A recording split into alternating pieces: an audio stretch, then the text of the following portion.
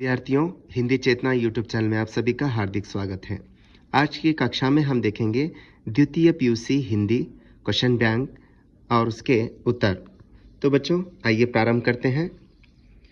सुजान भगत कहानी के आधार पर सीधे साधे किसान धन आते ही इस ओर झुक जाते हैं, धर्म और कीर्ति। कानूनगो इलाके में आते तो इनके चौपाल में ठहरते। सुजान महतो। सुजान ने गांव में क्या बनवाया? एक पक्का कुआं। सुजान की पत्नी का नाम है बुलाकी। सुजान के बड़े बेटे का नाम है भोला। धर्म के काम में मीन मेष निकालना अच्छा नहीं। सुजान भगत कहानी के आधार पर प्रस्तुत वाक्य किसने कहा? सुजान ने। भगवान की इच्छा होगी तो फिर रुपए हो जाएंगे। सुजान भगत कहानी के आधार पर प्रस्तुत वाक्य किससे कहा? बुलाकी से। कौन द्वार पर आकर चिल्लाने लगा? भिक्षुक। दिन भर एक ना एक कुचड़ निकालते रहते हैं। प्रस्तुत वाक्य में कुचड़ का अर्थ है। कुचड़ का अर्थ है दोष यानी गलतियां। बुढ़ापे में आदमी की यहाँ मारी जाती है बुद्धि। निम्नलिखित वाक्यों को पढ़कर इन कथनों का सही क्रम लिखिए। वाक्यों को सही क्रम में जोड़ना है। इसका सही उत्तर है तीसरा। घर में इसका राज होता है जो कमाता है। कटिया का ढेर देखकर यहाँ दंग रह गई बुलाकी। वृद्धजनों के लिए यहाँ बाधाएं नहीं। सुजान भगत कहानी के आधार पर प्रस्तुत वाक्य में लेखक कह रहे हैं कि वृद्धजनों के लिए जवानों की सी बाधाएं नहीं हैं। सुजान की गोद में सिर रखे इन्हें अर्थनीय सुख मिल रहा था। बैलों को। मानव जीवन में लाग बड़े महत्व की वस्तु है। सुजान भगत कहानी के आधार पर लाग का यह अर्थ नहीं है लगना। भिक्षुक के गांव का नाम है अमोला। सुजान के छोटे बेटे का नाम है शंकर। सुजान के छोटे बेटे का नाम था शंकर। सुजान भगत कहानी के आधार पर पत पानी बनना मुहावरे का अर्थ है सम्मान बढ़ाना। निम्नलिखित कथनों को पढ़कर उनका सही क्रम लिखिए। इसका सही उत्तर है ग ग ख ग क। अभी महंगो बैंक देने आया था, हिसाब से 7 मन हुए। इस वाक्य में 7 मन होते हैं 280 सेर। पर अब सुजान को ब्याज लेते हुए आत्मग्लानि सी होती है। वाक्य में आत्मग्लानि का अर्थ है दुख। छाती फाड़ फाड़ कर काम करते हैं तब दाना घर में आता है। इस वाक्य को किसने कहा? सुजान ने। आदमी को चाहिए कि इस वाक्य को किससे कहा? सुजान से। आदमी को चाहिए कि जैसा समय देखे वैसा काम करे। कहानी के आधार पर प्रस्तुत वाक्य का अर्थ है समय सबसे बड़ा गुरु है अतः आदमी को समय के साथ चलना है।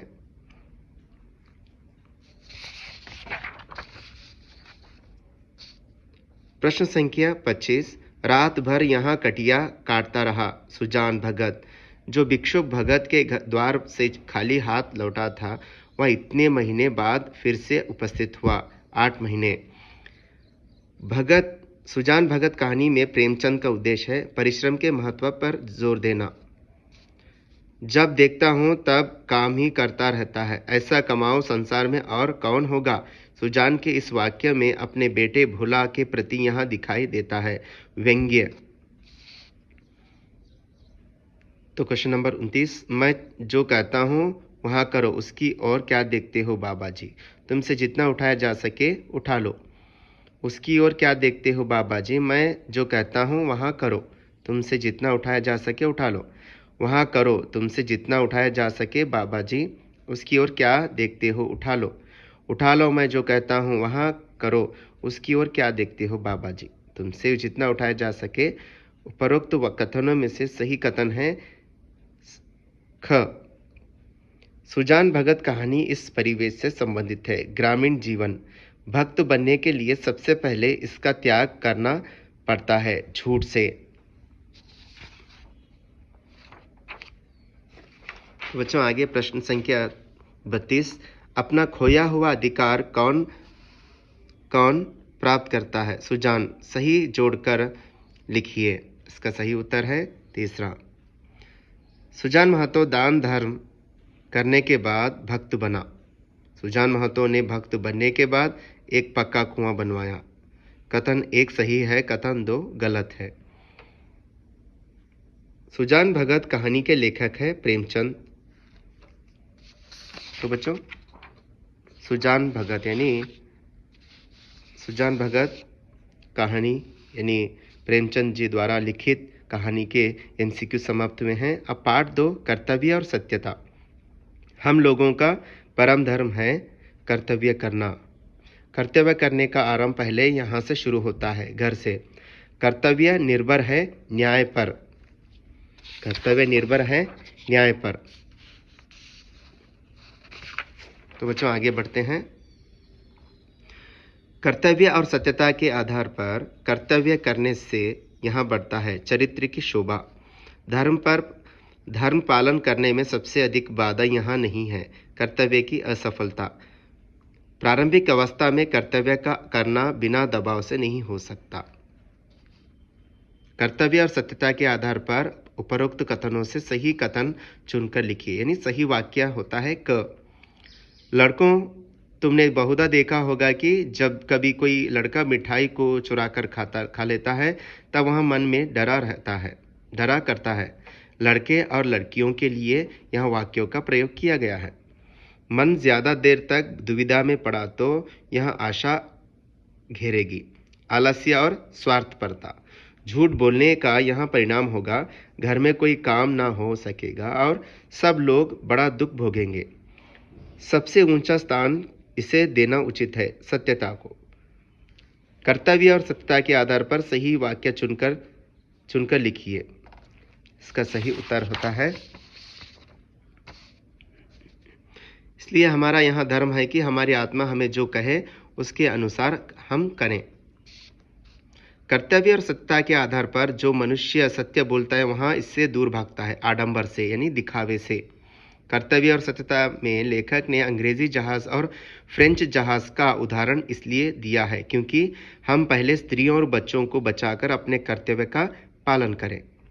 कर्तव्य और सत्यता के आधार पर सभी इनसे घृणा करते हैं, झूठ से सभी घृणा करते हैं। इस कथन के आधार पर जो सही नहीं है, असत्य से सभी घृणा करते हैं।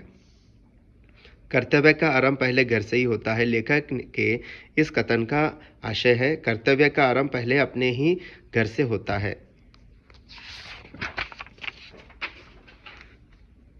तो बच्चों आगे प्रश्न संख्या 17, झूठ बोलने के कई रूपों में एक यहाँ नहीं है, सत्य बताना।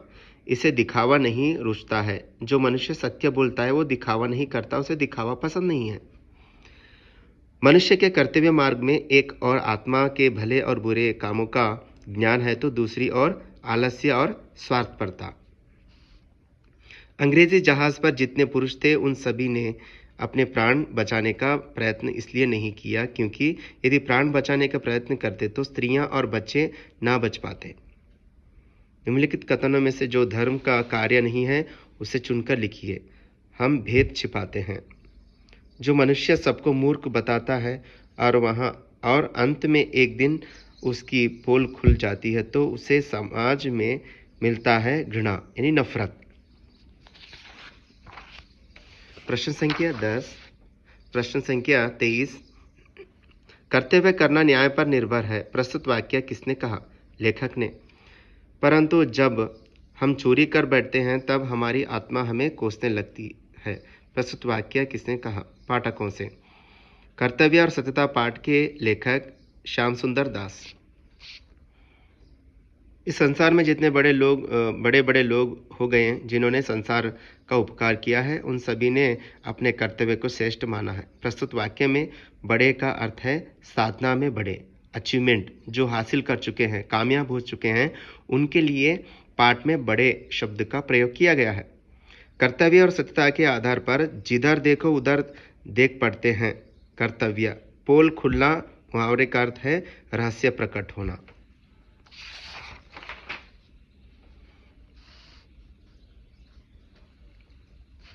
पाठ 3 गंगा मैया से साक्षात्कार।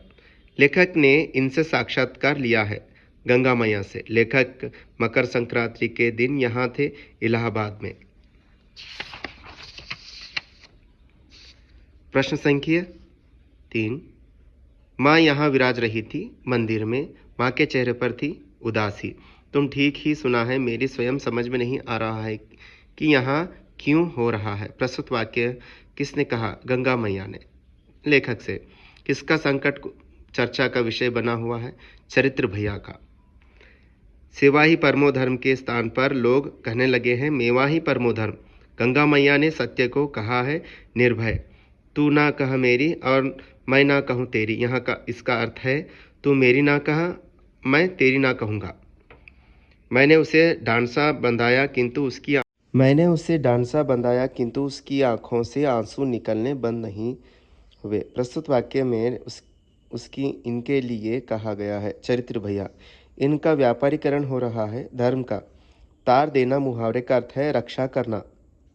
व्यापारी गंगा मैया में स्नान करने इसलिए जाते हैं क्योंकि उनके पाप धुल सके। लेखक बरसानेलाल चतुर्वेदी ने गंगा मैया के निजी सचिव से इतने महीने पहले समय लिया था। 2 मास यानी 2 महीने पहले। असली झगड़ा इसके बारे में है, कुर्सी के बारे में। मनुष्य के कुकर्म पर ये हंसने लगे हैं पशु। तो इसका सही उत्तर है यहाँ पे 4th वन। गंगा मैया से साक्षात्कार के आधार पर अपने देश में इसको जीवन से अलग कर रखा है। धर्म को। गंगा मैया ने इसे सर्वशक्तिमान कहा है। प्रकृति को। पुनः उत्थान की किरणें कब फूटती हैं? पतन की पराकाष्ठा हो जाती हैं।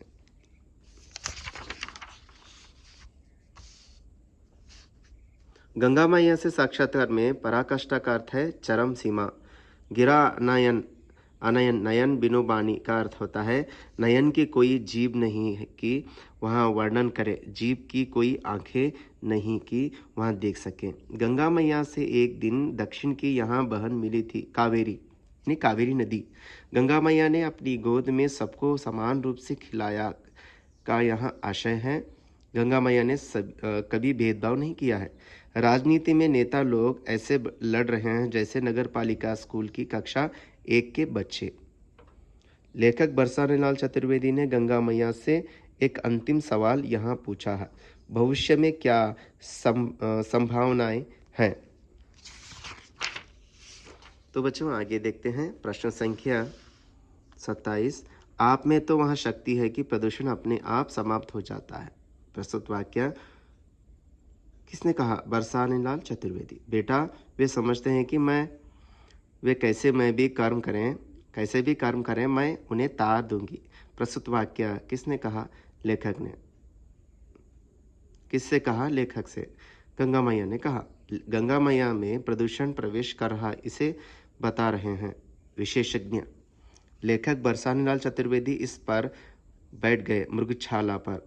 अब चरित्र भैया कहाँ है? प्रस्तुत वाक्य किसने कहा? लेखक ने। गंगा मैया से साक्षात्कार के लेखक का नाम बरसानेलाल चतुर्वेदी।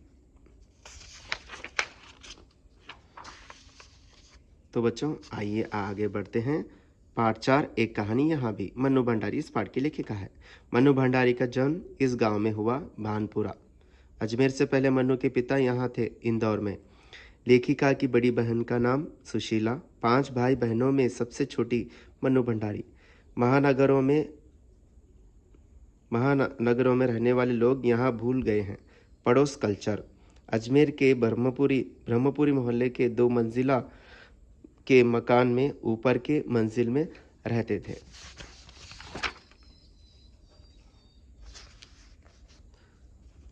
सिर्फ पिताजी। मन्नू भंडारी के पिताजी एक और कोमल और संवेदनशील व्यक्ति थे तो दूसरी ओर क्रोध और अहमवादी। मन्नू भंडारी की यादों की सिलसिला शुरू होता है अजमेर के ब्रह्मपुरी मोहल्ले से। मन्नू के पिताजी पहले यहाँ थे, इंदौर में। बचपन में यहाँ दुबली और मरियल भी थी मन्नू भंडारी। सुशीला मन्नू से इतने साल बड़ी थी, 2 साल। हीन भाव के कारण मन्नू की माताजी में। पिताजी का आग्रह यहाँ था, मन्नू भंडारी रसोई से दूर रहें। बच्चों, कुछ प्रश्नों के उत्तर मैं बता रहा हूँ, यानी प्रश्न नहीं पढ़ रहा क्योंकि बहुत लेंथी है। तो बच्चों, प्रश्न था, मन्नू भंडारी के द्वारा उल्लेखित खेलों की सूची में यहाँ नहीं है।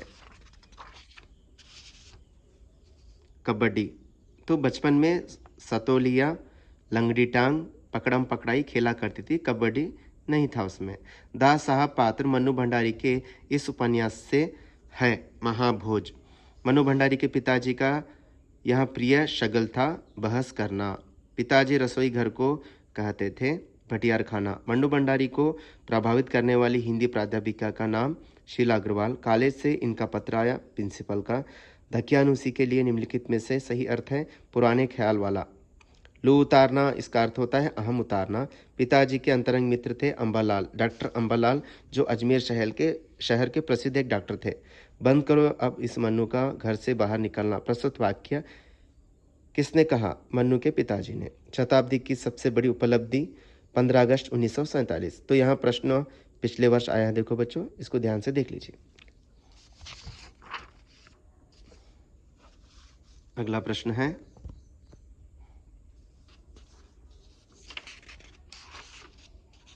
एक कहानी यहाँ भी की लेखिका का नाम है मन्नू भंडारी। मन्नू भंडारी ने इस विद्यालय में कखहरा सीखा, उसका नाम है Savitri girls high school. Shekhar एक जीवनी उपन्यास इनका है आग्नेय।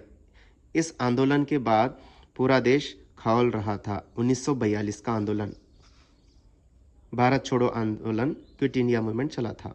I am really proud of you, इस वाक्य को किससे कहा? मन्नू भंडारी से।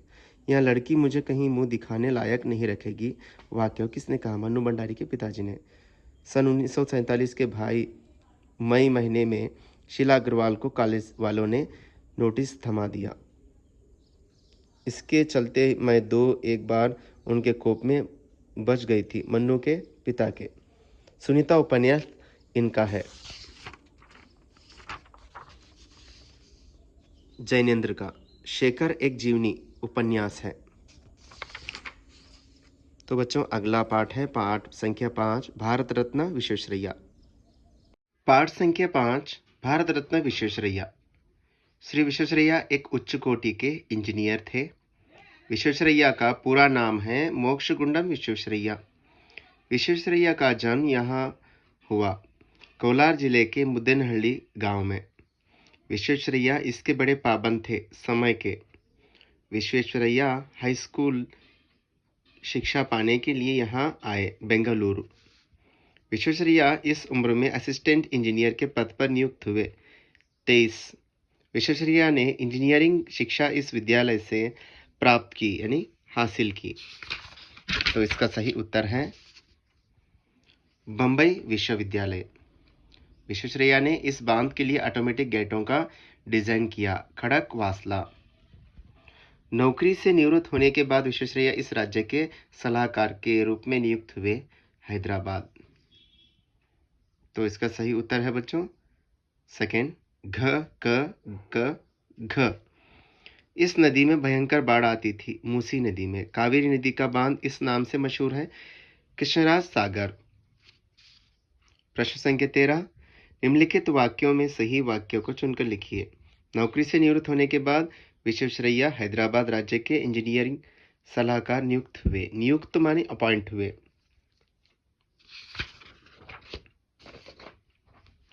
प्रश्न संख्या 14, 1955 में भारत सरकार ने विश्वेश्वरैया को इस उपाधि से विभूषित किया, भारत रत्न।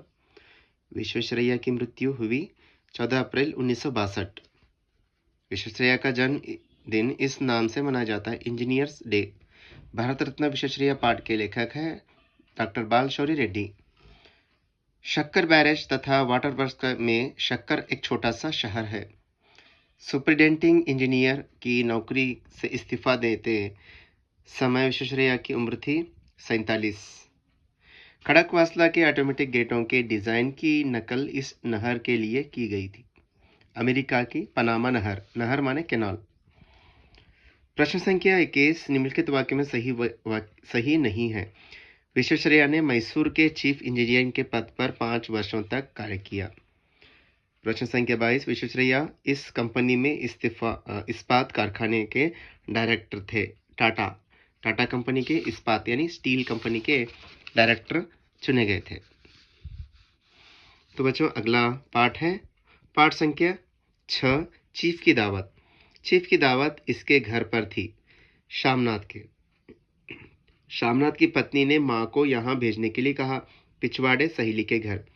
शामनाथ माँ को कौन से रंग के शलवार कमीज पहनने के लिए कहते हैं? सफेद रंग। सफेद माने व्हाइट। चीफ की दावत कहानी इससे संबंधित नहीं है।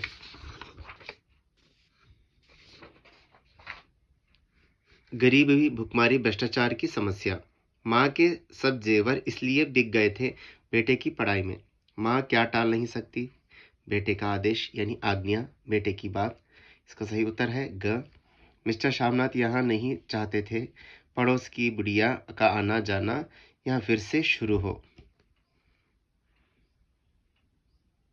चीफ की दावत कहानी में मिस्टर शामनाथ का चित्रण इस प्रकार किया गया है। स्वार्थी। माँ का क्या होगा इस वाक्य को किसने कहा? मिस्टर शामनाथ ने। मेम साहब को ये पसंद आए थे पर्दे।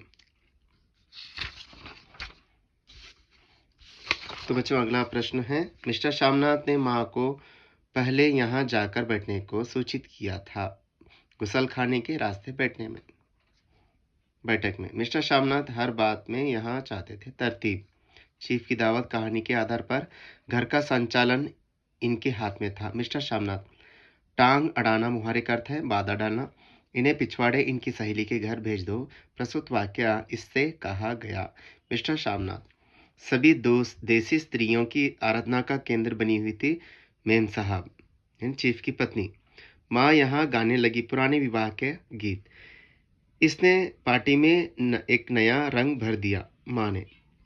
माँ का दिल बैठ गया वाक्य का अर्थ है माँ व्याकुल हो गई यानी बेचैन हो गई। साहब बड़ी रुचि से इसे देखने लगे फुलकारी को। मिस्टर शामनाथ अपनी माता को हरिद्वार इसलिए भेजना नहीं चाहता है क्योंकि माँ हरिद्वार चली गई तो फुलकारी कौन बनाएगा। चीफ साहब के खुशामद करने से शामनाथ को यहाँ लाभ हो सकता है, तरक्की मिल सकती है, प्रमोशन हो सकता है। माँ मन ही मन इसके उज्जवल भविष्य की कामना करने लगी। शामनाथ। सही उत्तर है सेकंड वन। सही वाक्य को चुनकर लिखिए। माँ की चूड़ियां शामनाथ की पढ़ाई में बिक गई थी। माँ के चेहरे का रंग बदलने लगा। इसका अर्थ होता है इसका सही उत्तर होता है माँ खुश होने लगी। साहब को खुश रखूंगा तो कुछ करेगा वरना उसकी खिदमत करने वाले क्या थोड़े ही हैं। वाक्य का अर्थ होगा साहब को शामनाथ खुश रखकर तरक्की पाना चाहता है। निम्नलिखित वाक्य में सही नहीं है। चीफ को फुलकारी पसंद नहीं आई। चीफ की दावत कहानी के लेखक भीष्म साहनी।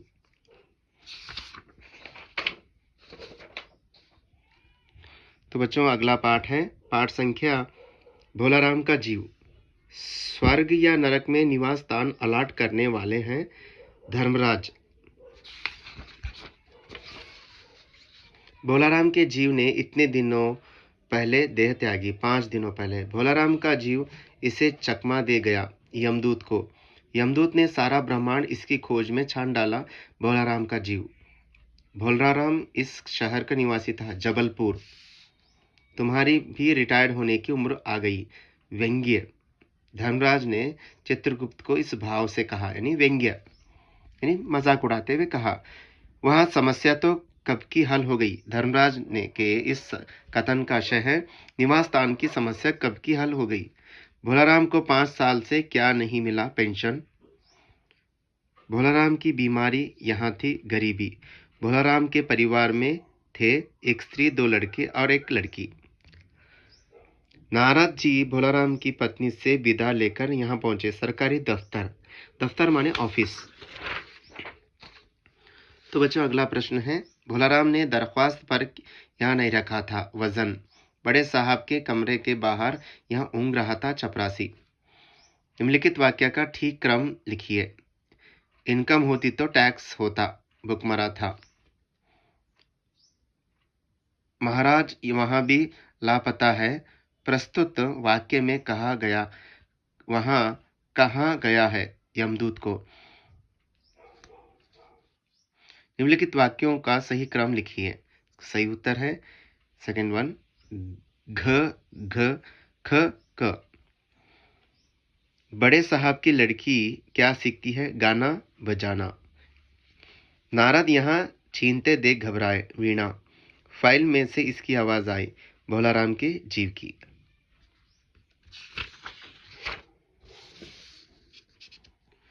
इनकम होती तो टैक्स होता, भुखमरा था, चित्रगुप्त ने इस वाक्य को कहा।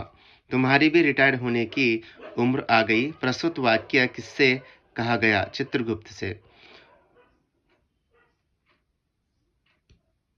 भोलाराम का जीव कहानी के लेखक का नाम हरिशंकर परसाई। भोलाराम का जीव के आधार पर चकमा देना मुहावरे का अर्थ है धोखा देना। माता भोलाराम को क्या बीमारी थी? प्रस्तुत वाक्य किसने कहा? नारद ने। भोलाराम का जीव कहानी इससे संबंधित नहीं है, वृद्धों की समस्याएं। पाठ संख्या 8, यात्रा जापान की। लेखिका जापान किस हेतु गई थी, यानी किसके लिए गई थी? अंतर्राष्ट्रीय हिंदी सम्मेलन में भाग लेने के लिए। जापान के होटलों का रिवाज है गर्म पानी देना। यात्रा जापान की पाठ के आधार पर जापान का गुणधर्म है शालीनता। Tokyo university of foreign studies के निर्देशक का नाम फुजिई ताकेशी। पुस्तकालय से बाहर निकलते समय अलार्म यहाँ जताता है आपके पास कोई छुपी हुई पुस्तक नहीं है। लेखिका ने इन्हें अनुशासन प्रिय कहा है जापानी लोगों को। शिक्षण सेन का शाब्दिक अर्थ है न्यू ट्रंक लाइन अथवा बुलेट ट्रेन। ममता कालिया अंतर्राष्ट्रीय हिंदी सम्मेलन में भाग लेने इस ईस्वी में गई थी। ईस्वी 2010। ईस्वी माने ईयर। अंतर्राष्ट्रीय हिंदी सम्मेलन में भाग लेने ममता कालिया कितने सदस्यों के प्रतिनिधिमंडल के साथ गई? 6। लेखिका ममता कालिया अपने साथियों के साथ टोक्यो में इस भारतीय रेस्तरां चली जाती है। कलकत्ता। टोक्यो विश्वविद्यालय जाने के लिए लेखिका और उनके सदस्यों के पथ प्रदर्शक थे सुरेश ऋतुपर्ण। जापान। यात्रा जापान की पाठ के आधार पर टफ्ट्स विश्वविद्यालय में लगभग इतनी विदेशी भाषाओं के अध्ययन का इंतजाम है 50। फिर भी मेरा दांत दुखता है। प्रस्तुत वाक्य किसने कहा? एक जापानी लड़की। फिजी का प्रथम हिंदी उपन्यास है डौका पुराण। यात्रा जापान की पाठ के आधार पर बुलेट या शिंकानसेन गाड़ी इतने डिब्बों की है? 16 डिब्बों की। कहते हैं इस पर्वत से मनोकामना कहो पूरी होती है। सुरेश ऋतुपर्ण के अनुसार इस पर्वत का नाम है फूजी। पानी के लिए जापानी भाषा में शब्द है मिजू। तो बच्चों मिजू जो शब्द है बहुत ही महत्वपूर्ण है। देखिए मिजू शब्द जापानी भाषा में पानी के लिए इस्तेमाल किया जाता है। ओसाका जो में जो का अर्थ है किला। यात्रा जापान की पाठ में जी का अर्थ है मंदिर। ओसाका जो को इस सम्राट ने बनवाया। टोयोतोमी हिदेयोशी। बहुत ही इंपॉर्टेंट है देखो बच्चों, क्योंकि ये जापानी भाषाओं के शब्द है। यात्रा जापान के पाठ के आधार पर घटापार्चा का अंग्रेजी पर्याय यानी अंग्रेजी इसका अर्थ होता है प्लास्टिक। घटापार्चा का अर्थ होता है प्लास्टिक। स्लमडॉग मिलियनेयर फिल्म किसकी पुस्तक के आधार पर बनी? विकास स्वरूप। नारा के प्रसिद्ध मंदिर का नाम है तोदायाजी। गौतम बुद्ध को जापानी भाषा में कहते हैं दयाबुत्सु। नारा मंदिर में बुद्ध प्रतिमा की ऊंचाई है 55 फुट 55 फीट। नारा मंदिर के में बुद्ध की कांस्य प्रतिमा का वजन है 500 टन। एक फटेहाल इंसान अपनी गोद में घड़ियाल का बच्चा लेकर देर से बैठा हुआ है। उपरोक्त कथन यहाँ सूचित करता है कि वहाँ पीड़ित है। एक जमाने में यहाँ शहर जापान की राजधानी हुआ करता था। नारा। यात्रा जापान की यात्रा वृत्तांत इनके द्वारा लिखा गया। ममता कालिया।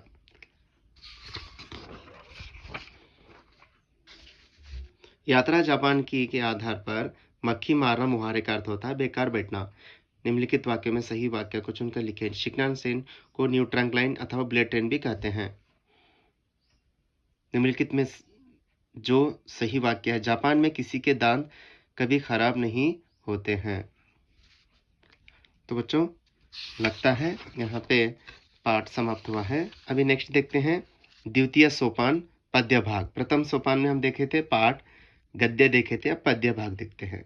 रैदास किसकी रट लगाए हुए हैं? प्रभु राम की रट लगाए हुए हैं। रैदास के आधार पर जाकी ज्योति बरय दिन राती पंक्ति में बरय का अर्थ है रक्षा करना। रैदास बानी के आधार पर नेक कमाई। बच्चों द्वितीय सोपान पद्य भाग, तो प्रथम सोपान था गद्य भाग यानी पाठ देखे हैं। द्वितीय सोपान पद्य भाग है मध्यकालीन कविता रैदास बानी। रैदास किसकी रट लगाए हुए हैं? प्रभु राम की रट। अंग अंग में इसकी सुगंध समा गई है प्रभु रूपी चंदन की। रैदास जी ने प्रभु जी को चंदन कहा तो अपने को कहा है पानी। रैदास के अनुसार प्रभु जी घने बादल है तो वे खुद मोर है। चकोर पक्षी इसे देखता रहता है, चंद्र को या चांद को। रैदास प्रभु जी को इसी प्रकार देखते हैं जैसे चंद्रमा को यहाँ देखता है चकोर पक्षी। रैदास जी भगवान को दीपक मानते हैं तो अपने आप को बाती मानते हैं। रैदास अपने आप को इनका सेवक मानते हैं प्रभु राम का। रैदास जी ने प्रभु को मोती कहा है तो अपने आप को धागा। रैदास जी प्रभु जी को स्वामी मानते हैं तो अपने आप को मानते हैं दास। रैदास इस प्रकार जीवन का निर्वाह करने के लिए कहते हैं परिश्रम के द्वारा। रैदास के अनुसार कभी भी यह निष्फल नहीं चाहता अच्छी कमाई, नेक कमाई। रैदास इस राज्य की कामना करते हैं जहां सभी को अन्न मिले। रैदास बानी के आधार पर जाकी ज्योति बरय दिन राति में बरय का अर्थ है रक्षा करना। रैदास बानी के आधार पर नेक कमाई, अच्छी कमाई। रैदास तभी प्रसन्न रहते हैं जहाँ छोटे बड़े सभी समान रूप से बसे। रैदास बानी के आधार पर जौ लव पार बसाए पंक्ति में लव का अर्थ होता है तक। रैदास बानी के आधार पर बानी का अर्थ होता है। दो सूरदास के पद अपने आप को कौन भाग्यश्रेणी समझ रही है? गोपिकाएं। गोपिकाएं इसे संबोधित करते हुए बातें कर रही हैं उद्धव को। कृष्ण के कान में इस आकार का कुंडल है मकराकृत। सूरदास के पद के आधार पर बड़ भागी का अर्थ होता है बड़े भाग्यशाली है। तो आगे देखिए सूरदास के पद में मधुप इन्हें कहा गया है गोपिकाओं को। वाणी कहाँ रह गई है? मुख में। यह अंतर की बात जानने वाले हैं कृष्ण। सूरदास के पद में पवन जैसे इन्हें कहा गया है उद्धव को। सूरदास के पद में सुमन बास जैसे कहा गया है श्री कृष्ण की सुधियों को। श्री कृष्ण के अनुसार इसने सब माखन खा लिया है सखा ने। सूरदास इनकी शोभा पर बलि जाते हैं। ग्वालिनी ने कृष्ण को प्यार से आलिंगन में भर लिया। उद्धव की आंखें जमुना। ब्रज नारी ने कृष्ण को इस नदी पर देखा यमुना। मोर मुकुट यानी कृष्ण के सिर पर धारण किया है मोर मुकुट को। तो बच्चों आगे देखते हैं श्री कृष्ण को देखकर इनके उर्व की ताप बुझ गई ब्रज नारी। सूरदास के पद में कमल नयन इन्हें कहा गया है श्री कृष्ण को। सूरदास के पद में अंतर्यामी इन्हें कहा गया है कृष्ण को। सूरदास के पद में निसी बासर का अर्थ होता है रात दिन यानी दिन रात। हरि अरि हतहि अय पंक्ति में अरि का अर्थ है शत्रु। सूरदास के पद में श्री कृष्ण इनकी सौगंध खाकर कहते हैं ग्वालिनी। इनमें नंद नंदन श्री कृष्ण लोचन तृप्त भय दर्शन तय मैं इनकी आंखें तृप्त हो गईं ब्रज नारी। सूरदास के पद के कवि हैं सूरदास जी। तो आगे देखते हैं बच्चों रहीम के दोहे। रहीम के दोहे के अनुसार बुद्धिविहीन मनुष्य बिना पूंछ और विषान के पशु के समान है। रहीम के दोहे के अनुसार इसके बिना मनुष्य का अस्तित्व व्यर्थ है पानी के। चिता जलाती है निर्जीव मनुष्य को।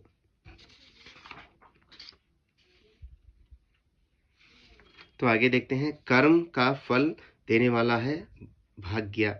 रहीम के दोहे के अनुसार प्रेम की गाली है सांकरी। रहीम इसे बावरी कहते हैं जीव को यानी जीव को टंग। रहीमन इसे धन्य मानते हैं कीचड़ से युक्त पानी। बुद्धि विद्या बुद्धि धर्म यश दान। चमक प्रतिष्ठा जल चिंता। कर्म हमारे हाथ में है फल भाग्य के हाथ में है।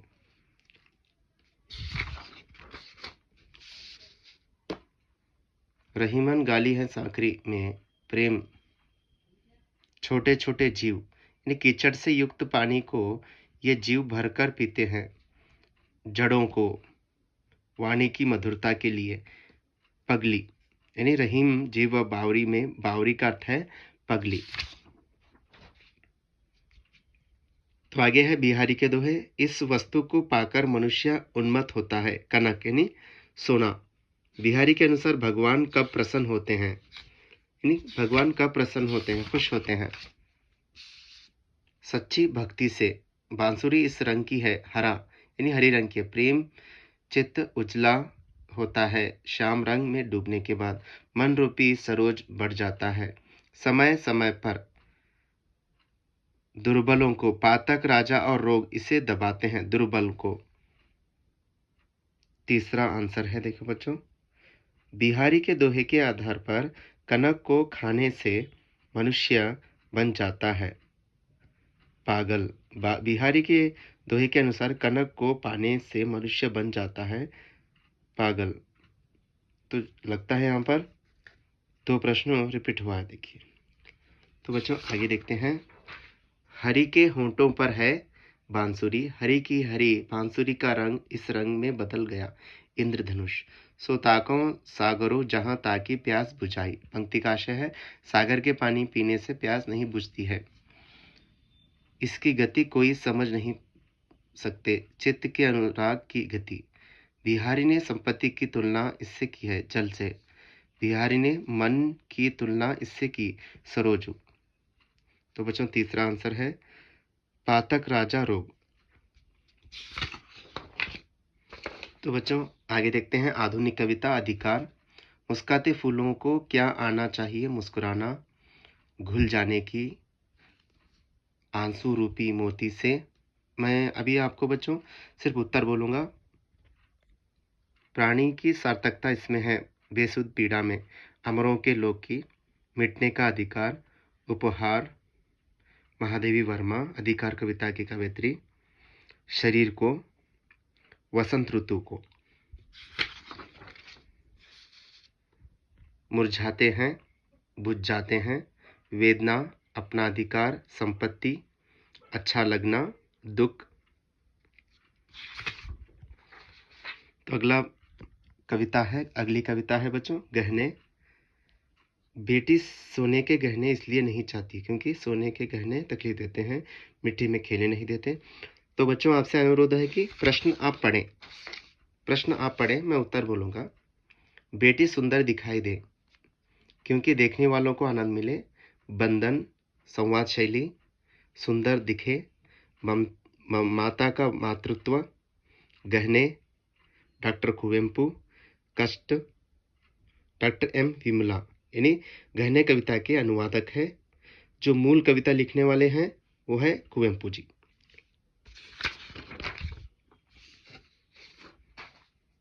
बेटी रंगीन कपड़े और गहने पहने सोने के। तो बच्चों अगली कविता है कायर मत बन। कवि नरेंद्र शर्मा यहाँ ना बनने का संदेश देते हैं। कायर पाहन मानवता ने परिश्रम होकर पराश्रित होकर जीना नहीं है, प्रीति के बल पर पत्थर।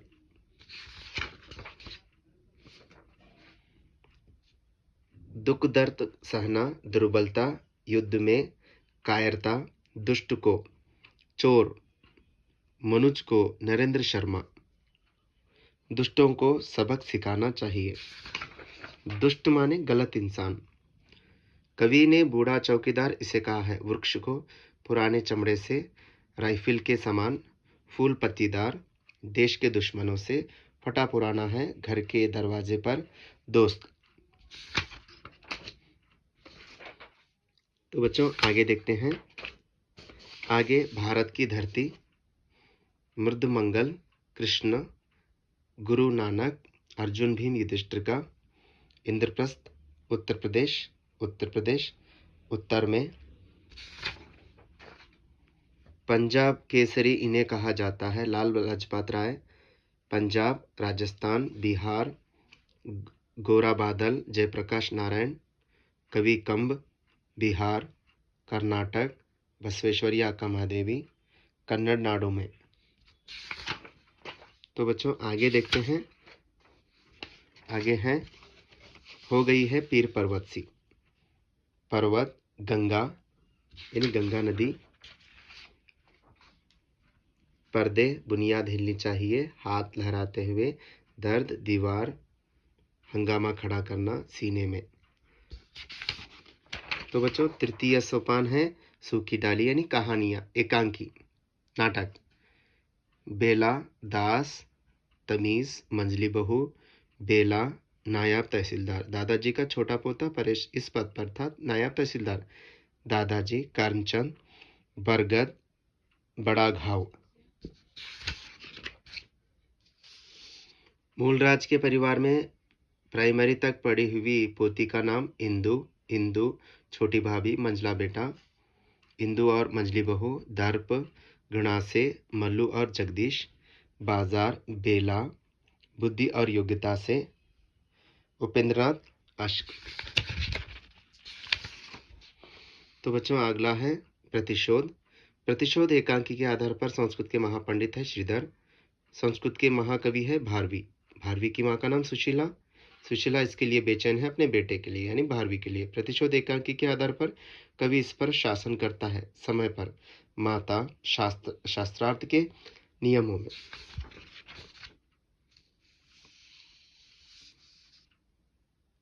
पिता, सुशीला के मन को शांत करने के उद्देश्य से परिहास किया गया है। भारवी, पंडितों की हार, कवि, पुत्र का घमंड, महामूर्ख, दम्भी, अज्ञानी। भारवी को भारवी के स्वर में ही बोलकर अनुशासन की मर्यादा का उल्लंघन होता। बड़े से बड़े व्यक्ति का बलिदान किया जा सकता है। पतित, आभा, अपने बेटे भारवी को अनुशासन का राजकीय सहायता।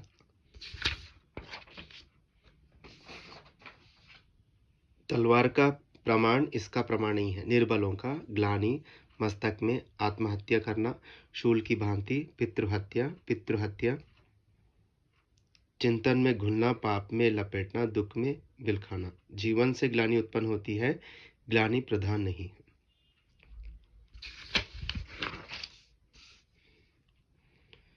प्रतिशोध एकांकी के एकांकीकार का नाम है राम कुमार वर्मा। भारवी इस महाकाव्य के रचनाकार महाकवि भारवी बने। किरारतन और जीएम। तो प्रिय विद्यार्थियों, एमसीक्यू जितने भी बोर्ड से आए हुए थे उसको अच्छी तरह से मैंने जितना हो सका उतना सॉल्व किया है। तो कुछ प्रश्नों के उत्तर मैं बोला हूँ, प्रश्न नहीं पढ़ सका, तो समय अभाव के कारण यहाँ नहीं हो पाया बच्चों। तो मेरी उम्मीद है कि आप अच्छी तरह से इसको याद करें। इसी में से आपको एमसीक्यू यानी बहुविकल्पी प्रश्न आपको परीक्षा में पूछे जाएंगे। अच्छी तरह से पढ़ लीजिए। आप परीक्षा में उज्जवल होइए और परीक्षा में सफल होइए, अच्छे से अच्छे अंक प्राप्त कीजिए। तो बच्चों आज की कक्षा यहीं समाप्त करते हैं। धन्यवाद।